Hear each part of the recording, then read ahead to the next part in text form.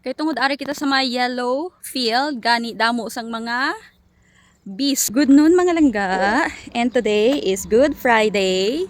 Dito sa Romania. Si Indayan, ayaw niya talagang pinaglalagyan ng kalaw ang kanyang ulo.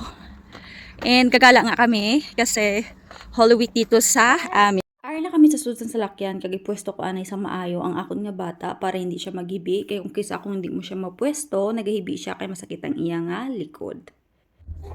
Ay, Peritche tati. Super happy talaga si Indayana kapag lumalabas siya. Yesterday kasi is maulan, kaya hindi kami lumabas. At tingnan nyo naman yung aming tatay, may pasayaw-sayaw pa yan ng kanyang hands habang nagdadrive. Maraming tao pala ngayon sa labas kasi nga bumibili sila ng kanilang ihahanda para sa Easter Sunday. Kasi pag Easter Sunday dito is family day, nagtitipon-tipon ang mga magpapamilya. So happy because yesterday you did not go outside. We're happy, though. Oh, yeah. Dumaan pala kami dito sa simbahan kung saan idadaos yung binyag ni Indayana and super ganda ng simbahan na ito. Tapos tingnan nyo naman ang iyang atopo, gold ang iyang color. Dahil wala pa akong entry ng Ripseed or Yellow Field this 2024, kaya pupunta ako doon. Maghahanap kami ng place kung saan pwede ako makapag-video. At habang nandito pa kami sa daan, nakita namin itong napakadaming mga baka. Nandito pala kami sa may Yellow Field. Very well known gina di siya every month of April. So tol, this is from oil, no? They make oil from out of this, no?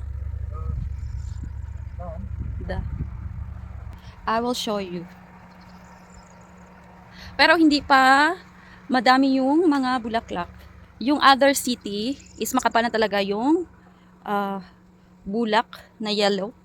Pero dito sa amin is ashash. Kag malutak siya mga mi.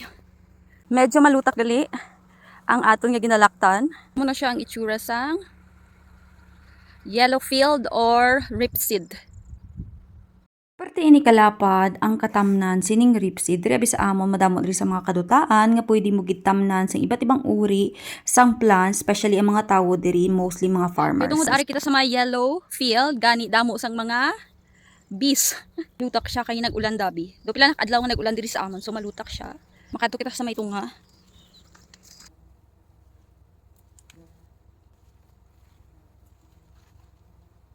Matarag kita diri sa may ripseed. Di ba? Model ang pet. Kaya tungod kadamo sang bubuyog, ano padali-tali ako nagbalik sa amo niya sa lakyan, kay basi kadton ako, pero the good thing is they are friendly. Kaya wala nila ako ginkagat. Dumaan pala muna kami dito sa may karwasyan kasi nga super dami na talaga ng dumi ng aming sasakyan. The good thing lang today kasi nga Good Friday is walang madaming tao na naglilinis ng kanilang sasakyan, kaya nakakuha kami ng aming spot at automatically makapaglinis kami ng aming sasakyan. Bravo, tati. Bravo daw. Nagbugtaw na ang amon nga, baby. Pero ari kami sa karwasyan. Pagkatapos sini, mapuli na kita Indayana. Nandito na kami sa center. Kag naghapit kami anay diri sa karwasyan kay partinagid ka higko. Ang amon nga salakyan kay buwas nga daan sa aga, madulong nga akon nga bana sa akon nga binat. Si Indayana, bag walang gid ka bugtaw. Tapos palimpyuan ko man ang akon nga sapatos nga perte kadamo sang luta sa akon nga bana. Inaumpisa na sa akon nga bana ang paglilinis ng aking sapatos kasi nga super dami talaga ng lutak. Tapos ang aking anak is tinitingnan yung kanyang ama habang naglilinis ng aming sasakyan. Tiyatanaw niya ang iyang tatay nga naga-car wash. I put a little bit of water in one of your shoes, huh? Glass. Terminata. Wow, tarutan. La. Gata. We're going home. Terminat. Anong mahambal mo, Indayana? Mapuli na kita. Arrivederci sa inyo. Happy Good Friday.